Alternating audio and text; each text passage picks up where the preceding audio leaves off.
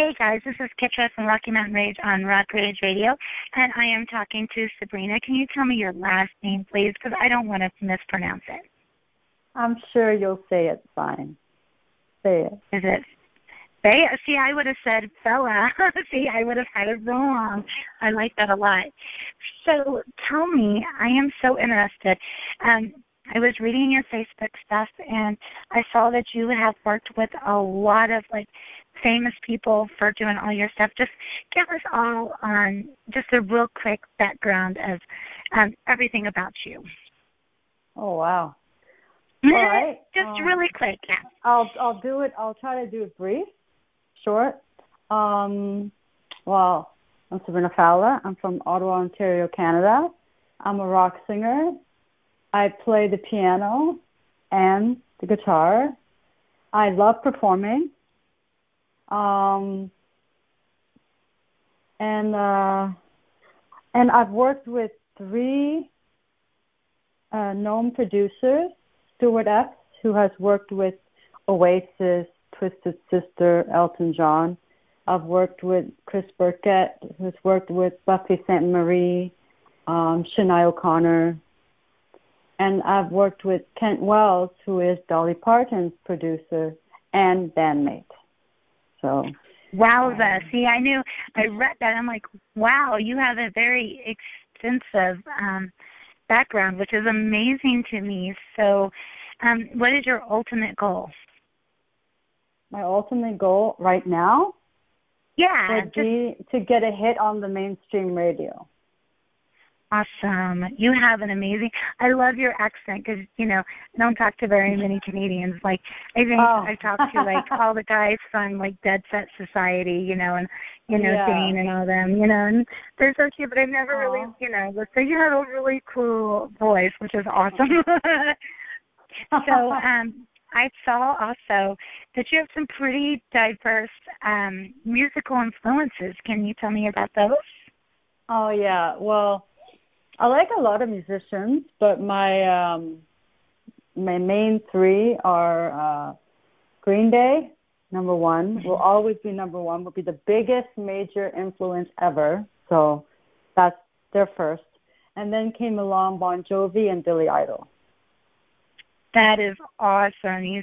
That mine would always be, for me, it was always just Skid Row. Skid Row is who started me on everything. So that's yeah. So and Green Day, I'm kind of surprised on Green Day. That was kind of cool. And I've seen them all in concert too. I saw Billy Idol. Awesome. Finally, I saw him, and I'm like, I have to see him before I die because he fills up. Yeah. So I finally saw awesome. Him. Yeah. So how do you feel about women in the industry today? Do you feel like it's a lot easier than maybe in the past years, or do you still see a struggle, or what? I think in the rock genre, for female artists, we're still struggling to prove ourselves as a rock singer. If you go and read about Pat Benatar and Joan Jett, you will see about how the labels not drop them, but wouldn't sign them or told them to change this and change that. Didn't believe that they could sing rock. So I myself, through my journey, have been told to change. And I'm like, what are you talking about? I'm not changing. Wow. They wanted me to be pop. No, please and don't. I said, I don't want to be pop. There's so much pop out there. So I wanted to be different. But as a female rock singer, it is tough, but you just have to play tough back. You just have to be tough. And then you get it. So awesome. Yeah. So do you feel like you're because I don't know anything about the music scene in Canada. I have no clue. Is it okay? Is it doing good for independent artists and stuff like that? Yeah, there's festivals, the open mic. There's tons of open mics. It's wonderful. Oh, good. That's awesome to hear. But it's Canada, and so yeah, it's great, and I've done a lot here, and I've also traveled out of Canada and done shows in the States, and I've also done it in Barbados. Oh, wow. So anywhere I can find a nice opportunity, I'll take it. Like if it's something I need to have in my press kit or something that is good to have, I do it, because some people like to know that you've been to a certain place, you know? Like right. the bigger venues, the bigger places. So the bigger places you go, the better. So that is awesome. I mean, so you're not really scared to go anywhere. Where would be like the one place you think you would love to play at?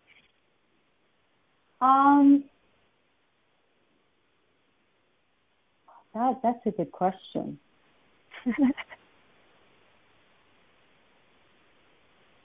Oh my gosh, I would love to. Maybe I can't say the location because I don't know the name, but I would love to perform in like LA or New York, because they're known for the industry. So it'll be nice to do a gig there or a huge concert there. That'd be cool. Right, that would be cool. I've never been to LA or New York. You know, I'm kind of really? The Midwest. Yeah. Oh, I have. I've been there, so it's cool. Yeah. That's awesome. So I have like just a couple quick questions too. I have, if you feel like if you can meet one person just to talk about music to anybody in the whole entire world, if you could sit down with them for an hour, who would you want to talk to? Billie Joe Armstrong from Green Day. That's awesome. Have you heard of the band called? Go ahead, sorry.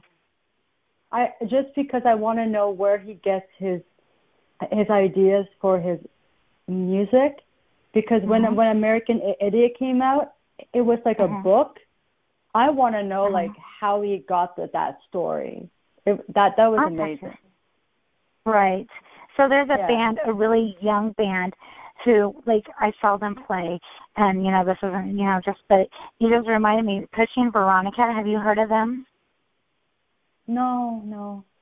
You need to check them out. They are, like, a very young Green Day. It was really cool to see them. So, you know, of course, they're not Green Day because, you know, nobody can beat Green Day, but, they're pretty cool. Yeah, so they're pretty fun. I think that would be awesome. What else would you want to talk to Billie Joe Armstrong from? What else would you want to talk to him about? John Bon Jovi. Awesome. Now let's bring some females in it now. So I said 2 males. Let's bring 2 females. So I would love to talk to Michelle Branch, because when I first started singing, I was singing her songs. And then I got into Green Day. So, and also Avril Lavigne. I would love to talk to Avril Lavigne. Yeah, she's kind of I haven't heard that name in forever. That is, I always liked her. Yeah, I just haven't. Released a new record. Oh, she did? Wow. Last year. Oh, okay. Yeah, I like her a lot. I think. Yeah. And would you just want to talk to them about music too, or like what would you want to talk to Avril? Anything. I'm open, but with John Bon Jovi and Billie Joe Armstrong, different. You know, I love Bon Jovi. Right? That's funny. So we had a quick little conversation. You know, I was trying to get, some feelers, and I asked you, because sometimes I'm very random.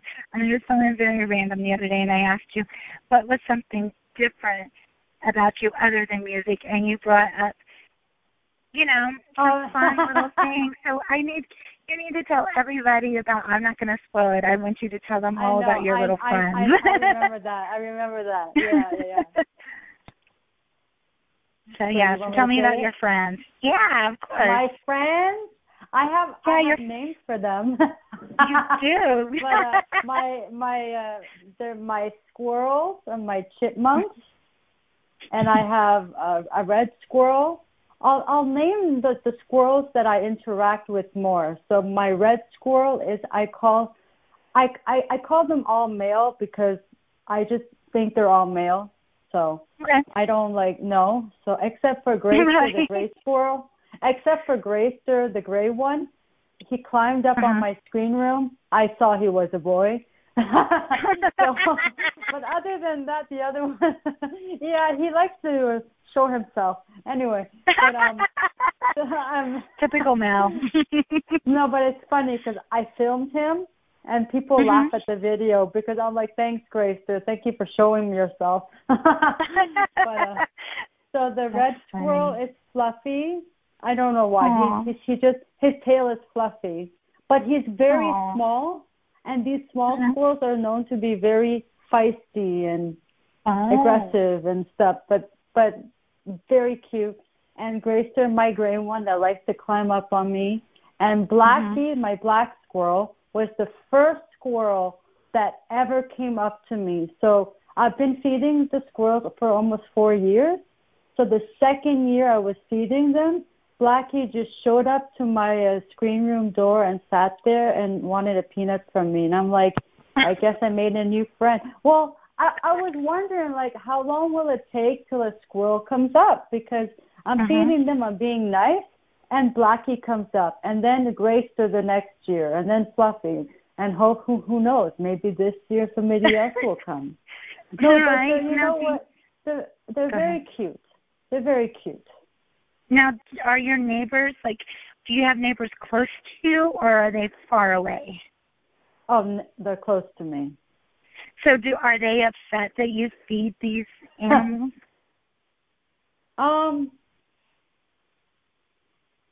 One of them thinks because I'm feeding them, they're going to dig in their yard and destroy it. But I told them, why would they come to your yard when I'm feeding them in my yard? Right. And the honest truth, they haven't even destroyed my yard because I'm feeding them so much. Right. They're not even digging. They're barely digging to find. They're only digging to hide, not to find. So really, I don't understand why people think squirrels are going to destroy. I haven't seen it. I haven't either. There's other animals too. They're raccoons. They can dig too. I just don't like when people only base it on one, when they know there's so many other animals out there that could dig too. So don't blame it on my squirrels. Don't blame it on yourself. I loved seeing the videos. They were so cute. I'm so glad you took the time out of your day to show those to me because we have, the chipmunks, there's this town called St. Elmo where you can go and feed them. And they just come up and sit on you. And, first it's kind of freaky, but then you kind of get used to it. Oh, they're so cute. Actually, I found a baby chipmunk in my yard. At first, I thought it was hurt because it was just laying there. And I'm like, where's the mother? The mother wasn't there. So I picked him or her up, and then I went to show my dad, look, I found a chipmunk. He's like, oh, my God, where's the mother? I'm like, I don't know. But it tried to jump out of my hand, but it's so small. But I can send you a picture of it later if you want to see the baby. Definitely. But because that is so cute. But since the day I held that chipmunk, once it grew up, it started following me. because it's your personality. Well, I think it felt comfort.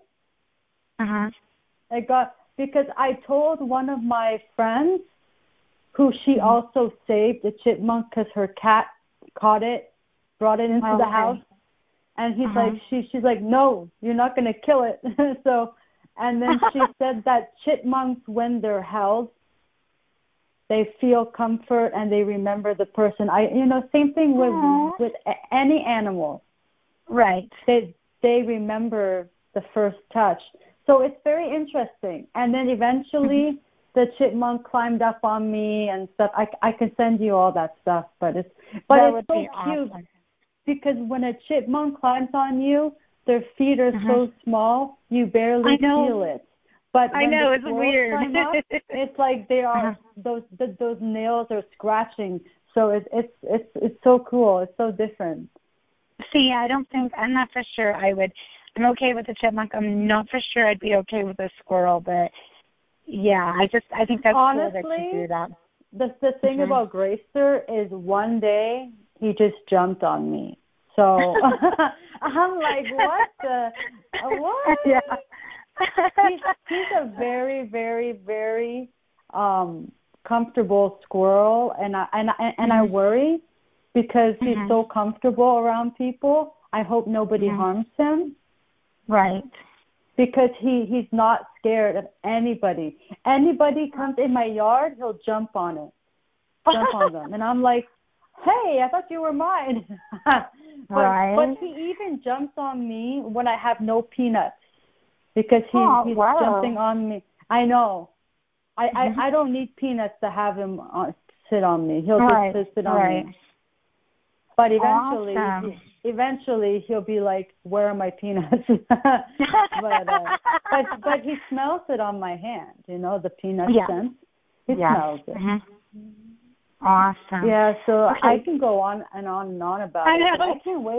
I can't wait to see them because finally the weather is getting warmer, snow is melting. Soon I can go in the back and start feeding them slowly again. I see them coming, but I just can't get into the backyard right now. Right. That's awesome. So tell me, go ahead and tell me about what are your next your next plans? Like, do you have a song coming out, or what's going on in your little world? Okay, so right now I am working on some new music. I can't say when it's going to come out, but I'm definitely working on some new stuff, and I'm excited about it. And my songs are actually being picked up now on mainstream radio, so I'm really happy about that. So I'm pushing more to that. Hopefully you'll maybe hear it you'll hear it in your area. So I'm still that will be awesome. Yeah, I have a radio in Arizona and one in Massachusetts that's mainstream playing me in the States. So. That's really cool because that's hard to do, It is. And I know it's really hard for you guys out there. And I'm talking to more, so I'm hoping I have to confirm it. But wow! And I just recently got one in Toronto, not too far from me, and I was like, really? And like I was so shocked because I wanted them to say yes, and they did. So. Good, yay! So I finally have one like in Canada where I am. That's so it's awesome. Nice. Well, and that's the way it should be. And the thing is, mainstream is hard to get to, but the harder you work, the more you push, the more you want, it can happen. You just have to keep going. And I have noticed you are a hard worker, and that's what I appreciate the heck out of you. I will be playing you. I don't give up that fast. That's awesome. Well, I'm going to let you go because, we got to play some songs. And what song would you like me to play of yours so everybody could know a little more about your music taste? Tell me which song you want me to play. The Front Line. Okay. The Front Line. Okay, awesome. And maybe I'll throw in a Green Day song for you, too. Ooh. Yeah. Nice. Awesome. Well, thank you so much for spending the time talking to me, and I can't wait to hear more from you. And thanks, you guys, for checking out Sabrina, and you guys all have a great day, okay? Thank you so much for having me. Oh, you're welcome. Bye. Bye.